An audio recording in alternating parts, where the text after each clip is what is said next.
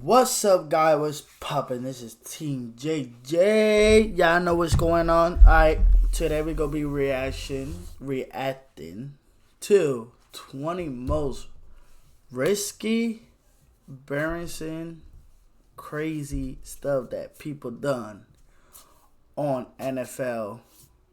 And yeah, let's go to it. Yo, let me know how was my intro. If y'all liked it, comment below. Just let me know. I will appreciate it. But yeah, let's start. Here we go. These are the most ridiculous moments in NFL history. Oh, we got to fight. He's going beast mode on the kids. He starts to come and then he pulls out. And first, an NFL player celebrated a touchdown by pegging a dude in the face. Touchdown. Good guys. Yeah, that's crazy, John. I don't know what that man's doing. And I can't explain number 19 either. Because K'Wan Williams caught a ridiculous interception with his cheeks. Hey, yo. Up in the air, that's intercepted. That was a good one. I mean, I ain't gonna hold it. Good catch. And outside the game, hell yeah. It's fantastic. Never hit the ground. Ugh. I know that football stinks. But look, some fans are nasty too. Because at number 18, this fan got his hand on Tom Brady's used water bottle and did this. How? Oh my. Good Lord, that is straight up nasty. Just like number 17, because during a Steelers game, Ben Roethlisberger got his back blown out by his own teammate. Pause. Hey, yo, Steelers. Hey, yo. Come on. An NFL kicker got screwed even harder at number 16, because back in 2005, football almost got swept up by a hurricane. And the kick is up, it's on the way, and it's Hey. no good. Man. Do that count? He had no shot. But number 15 was flying too, because Justin Jefferson made one of the most ridiculous catches in NFL history. Oh, shit.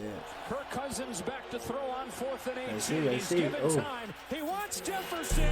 One hand catch, that's crazy. Oh my goodness! Justin Damn. Jefferson pulled it in. The catch of his life. Jesus, that man's an animal. But so was OBJ. Because at number 14, he made a ridiculous play for a touchdown. Here we go. And instead of celebrating, Hada. He got a touchdown, okay. So I guess it's 7-14. Fourth quarter. Look at this guy. Fourth quarter. 14. Let's go, Eagle, baby. Let's go. But still. Normal person. OBJ marked his territory with the most ridiculous I think he did celebration in the NFL doggy. history. Yeah. Hey, yeah. Oh, no. Guess he's got that dog in him. Yeah, the NFL player number 13 is an untrained dog, because after making a tackle, Mike Daniels completely embarrassed himself on national TV. Mike Daniels is excited, but maybe he's a little too excited. Look at his pants. Mike Daniels, do you have to go potty? Yo, how the hell did that happen? But I got even more questions for number 12. Because in the middle of an NFL game, the field became flooded in the most ridiculous way possible. To Michael Robinson, Seattle on top. And then this happened. Slip and slide, wet and slide. Hey, isn't that warm? That's part of the new ownership. That's what they do now. Man, those dudes got soaked. But in number 11, this ref got pounded. Because during a fumble, he got caught in a vicious dog pile. And Ron Winter just got buried. Yeah, boo, dude. My man got sent to another dimension. But anyways, we're in the top 10 now, which All means right. we're taking ridiculous to the next level. And we got to talk about the time an NFL game was interrupted by aliens. See, in 1979, Cowboys and Steelers were playing a game in Pittsburgh, and it just seemed like any average game. But there was something mysterious going on above the stadium, because when everyone looked up, they saw this. There it is. Now, what is that? Sure, your leader. I want you to explain that to me, Dr. Fox. I'm afraid to. Oh my God. Twilight Zone football game.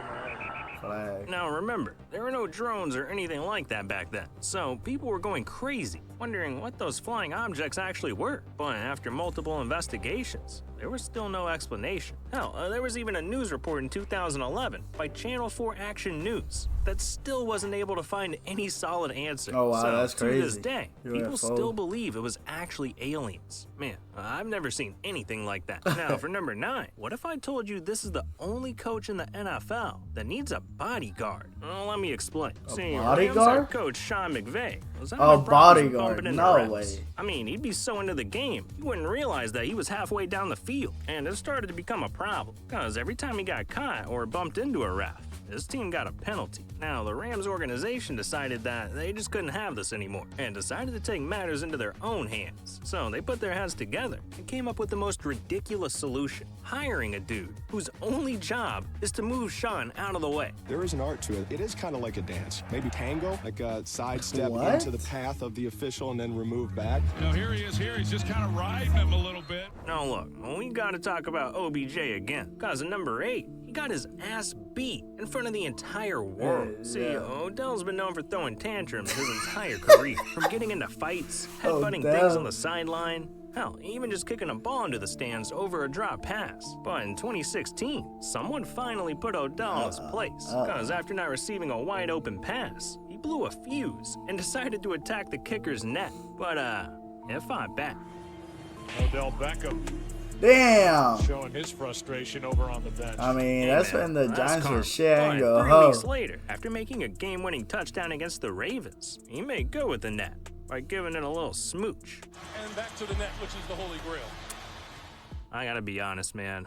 That's a pretty toxic relationship. But number 6 is straight up abuse. Cause one time, a bunch of mascots beat up little kids. See, during a Vikings halftime show, team decided to put on a little fun event. Pee-wee football kids, first grown-ass mascots. And during the game, people thought the mascots were gonna take it easy on. But what was supposed to be an event to make the kids feel good turned into a bloodbath.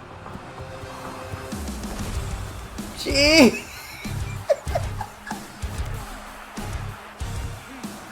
Yo. Damn. Nah, they're wildin', yo. And guess what?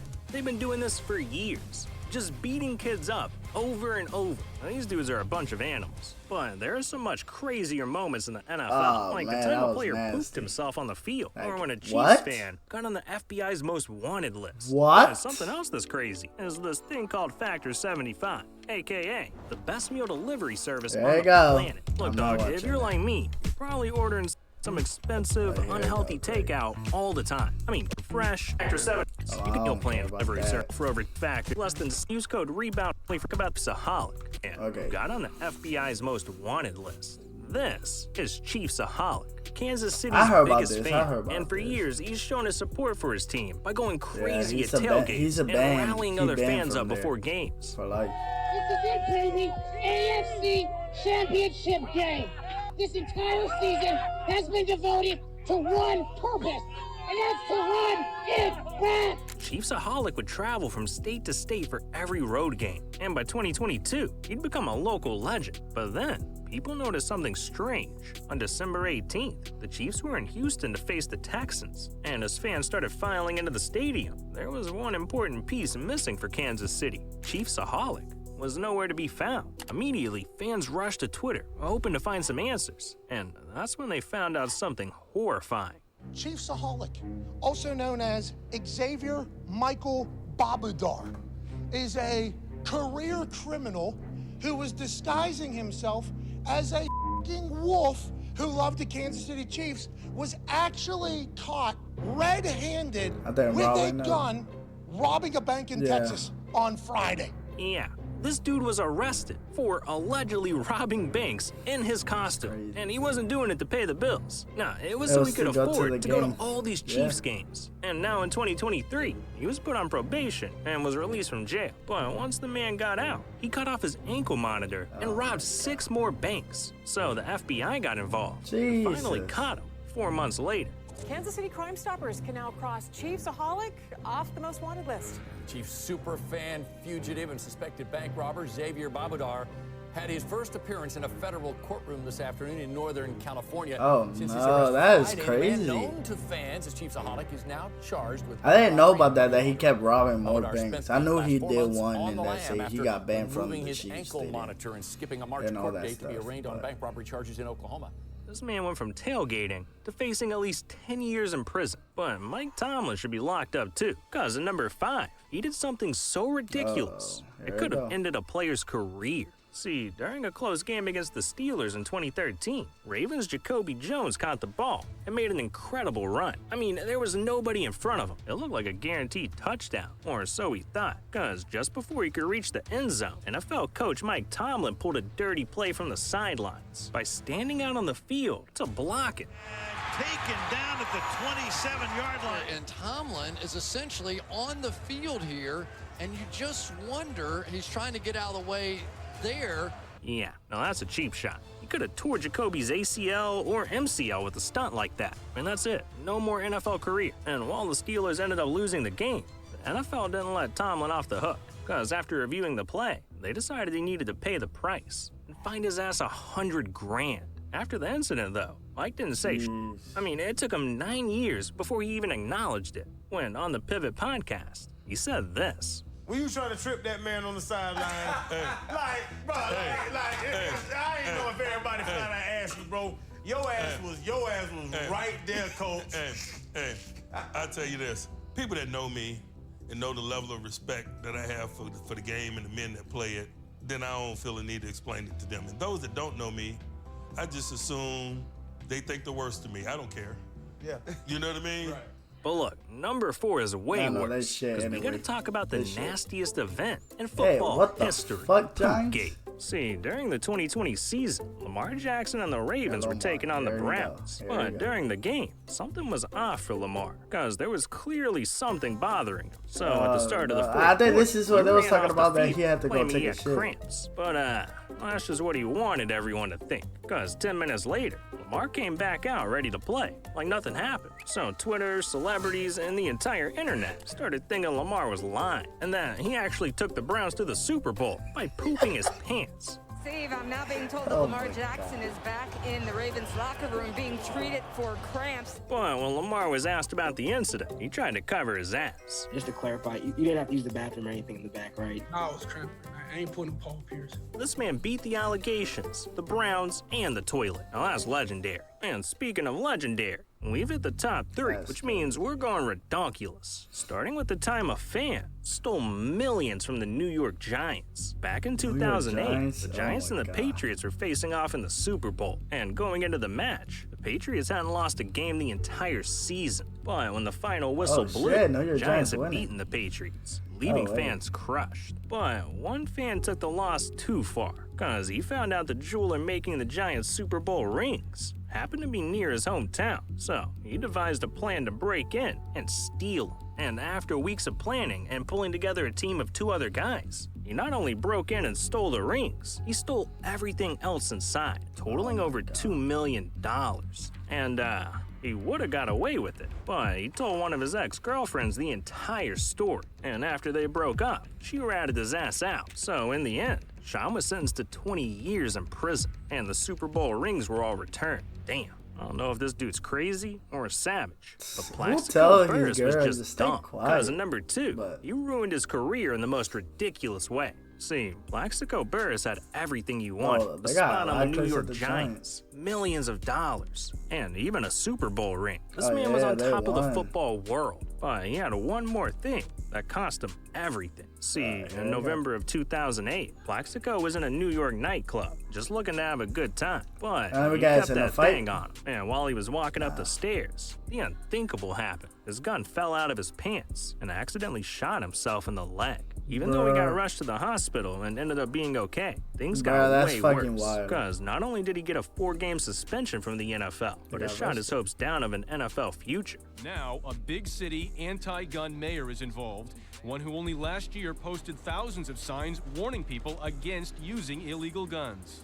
I think it'd be an outrage if we didn't prosecute to the fullest extent of the law. Under New York state law, if convicted, Burris would face a mandatory 3.5 years in prison. After Plaxico was found guilty, that 4-game suspension turned into a criminal record, 2 missed seasons, and millions of dollars lost. And as if that wasn't bad enough, Plaxico regrets that one shot every single day. I see guys like Randy Moss and Terrell Owens and all those guys that I played with, and I was like, I basically like shot down a Hall of Fame career. Man, next time just leave the safety on. Fast. I don't know why people don't do that, but we're moving on to number 1, our top moment, the most ridiculous halftime show in NFL history. It was Super Bowl 38. Over 144 million people watching live. Everyone from children to adults to grandparents were all huddled around their TV, and they were excited to see 2 of the biggest stars in the world, Janet Jackson and Justin Timberlake. So when they took the stage at halftime, everyone went crazy. The 2 put on the performance of a lifetime, but during the final minutes of their epic performance, something nobody saw coming happened. Because on the final note of the performance, Justin was supposed to rip part of Janet's costume to reveal another layer of her outfit, but instead, she had a wardrobe malfunction, exposing herself to the entire world. And just a few days later, Janet opened up about the situation, explaining exactly what happened. Was it planned, Janet? No. It was not planned. Well, what people don't understand is he was to take and rip the piece off that he did. The leather piece. Right, but more came off than what was supposed to.